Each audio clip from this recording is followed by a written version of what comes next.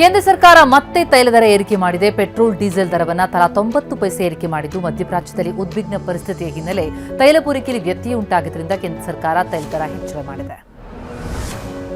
ತೈಲ ದರ ಏರಿಕೆ ಹಿನ್ನೆಲೆ ಬೆಂಗಳೂರಿನಲ್ಲಿ ಪೆಟ್ರೋಲ್ ದರ ₹107.11 ಡೀಸೆಲ್ ದರ ₹95.4 ಜಿಗಿದಿದೆ. ಪರಿಷ್ಕೃತ ದರ ತತ್ಕ್ಷಣದಿಂದಲೇ ಜಾರಿಗೆ ಬಂದಿದ್ದು ಕಳೆದ 5 ದಿನಗಳಲ್ಲಿ ಇದು ಎರಡನೇ ಬಾರಿ ತೈಲ ಬೆಲೆ ಏರಿಕೆಯಾಗಿರುವುದರಿಂದ ವಾಹನ ಸವಾರರ ಜೇಬಿಗೆ ಕತ್ತರಿಯಾಗಿದೆ. ಪೆಟ್ರೋಲ್ ಡೀಸೆಲ್ ದರ ಏರಿಕೆಗೆ ಗ್ರಾಹಕರು ಆಕ್ರೋಶ ಹೊರಹಾಕಿದ್ದಾರೆ. ಪದೇ ಪದೇ ತೈಲ ದರ ಏರಿಕೆಯಿಂದ ಎಲ್ಲಾ ವಸ್ತು ಗಗನಕ್ಕೆ ಏರುತ್ತಾ ಇದೆ. ಜೀವನ ಮಾಡೋದು ದುಸ್ತರ ಆಗಿದೆ ಅಂತ ಅಸಮಾಧಾನ ಹೊರಹಾಕಿದ್ದಾರೆ. ವೇತನ ಹೆಚ್ಚಳ ಸೇರಿದಂತೆ ವಿವಿಧ ಬೇಡಿಕೆ ಈಡೇರಿಸುವಂತೆ ಆಗ್ರಹಿಸಿ ನಾಳೆಯಿಂದ ಅನಿರ್ದಿಷ್ಟಾವಧಿ ಸಾರಿಗೆ ಮುಷ್ಕರಕ್ಕೆ ಕರೆ ಕೊಡಲಾಗಿದೆ. ನಾಳೆ ಬೆಳಗ್ಗೆ 6 ಗಂಟೆಯಿಂದಲೇ ಬಸ್ಗಳ ಸಂಚಾರ ಬಂದ್ ಆಗುವ ಸಾಧ್ಯತೆ ಇದ್ದು ಇವತ್ತು ಸಿಎಂ ಅಥವಾ ಸಾರಿಗೆ ಸಚಿವರು ಸಭೆ ನಡೆಸುವಂತೆ ಸಾರಿಗೆ ಸಂಘಟನೆಗಳು ಪಟ್ಟು ಹಿಡಿದಿವೆ.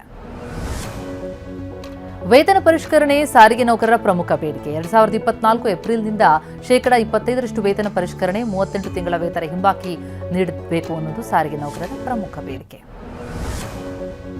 ಸಾರಿಗೆ ನೌಕರರೇನಾದರೂ ಮುಷ್ಕರ ಮಾಡಿದ್ರೆ ಸರ್ಕಾರ ಪರ್ಯಾಯ ವ್ಯವಸ್ಥೆ ಮಾಡಿಕೊಳ್ತಾ ಇದೆ. ಲಭ್ಯ ಇರುವಂತಹ 5,000 ತರಬೇತಿದಾರ ಚಾಲಕರ ಬಳಕೆಯನ್ನು ಮುಂದಾಗಿರುವಂಥದ್ದು ಪ್ರಯಾಣಿಕರಿಗೆ ತೊಂದರೆಯಾಗದಂತೆ ಖಾಸಗಿ ಬಸ್ ಮಾಲೀಕರ ಸಂಘದ ಜೊತೆ ಚರ್ಚೆಗೆ ಸಾರಿಗೆ ಇಲಾಖೆ ಮುಂದಾಗಿದೆ.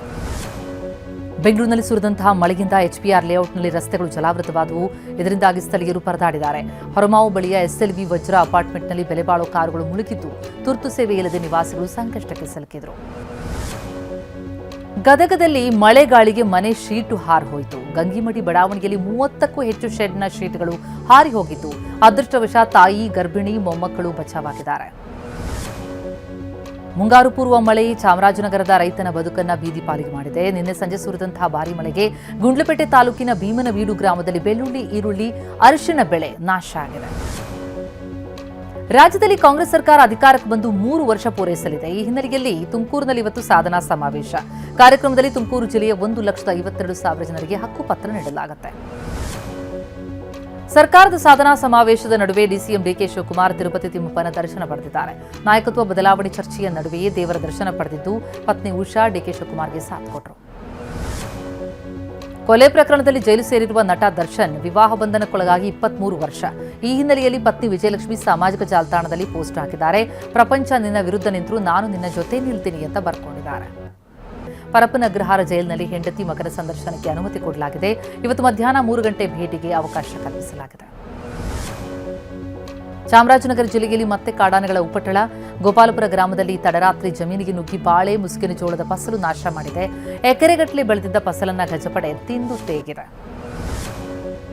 ಬೆಳಗಾವಿಯಲ್ಲಿ 4,500 ಕೋಟಿ ರೂಪಾಯಿ ವಂಚನೆ ಆರೋಪದ ಪ್ರಕರಣದ ಆರೋಪಿ ಶಿವಾನಂದ್ಗೆ ಸೇರಿದ 15 ಬ್ಯಾಂಕ್ ಖಾತೆಗಳಿಗೆ ನಿರ್ಬಂಧ ಹೇರಲಾಗಿದೆ.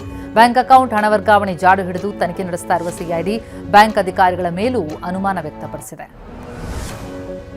ಬೀದರ್ನ ಬಾಲ್ಕಿ ಪಟ್ಟಣದ ಬೀದಿ ಬದಿ ಹೋಟೆಲ್ಗಳ ಮೇಲೆ ಆಹಾರ ಇಲಾಖೆ ದಾಳಿ ಮಾಡಿದೆ. ವಾಣಿಜ್ಯ ಗ್ಯಾಸ್ ಸಿಲಿಂಡರ್ ಬದಲು ಗೃಹೋಪಯೋಗಿ ಗ್ಯಾಸ್ ಸಿಲಿಂಡರ್ ಬಳಕೆ ಮಾಡಲಾಗ್ತಾ ಇದೆ ಎನ್ನುವಂತಹ ಮಾಹಿತಿ ಮೇರೆಗೆ ಆಹಾರ ಇಲಾಖೆ ಅಧಿಕಾರಿಗಳು ಮತ್ತು ಪೊಲೀಸರು ಜಂಟಿಯಾಗಿ ದಾಳಿ ನಡೆಸಿದ್ದಾರೆ.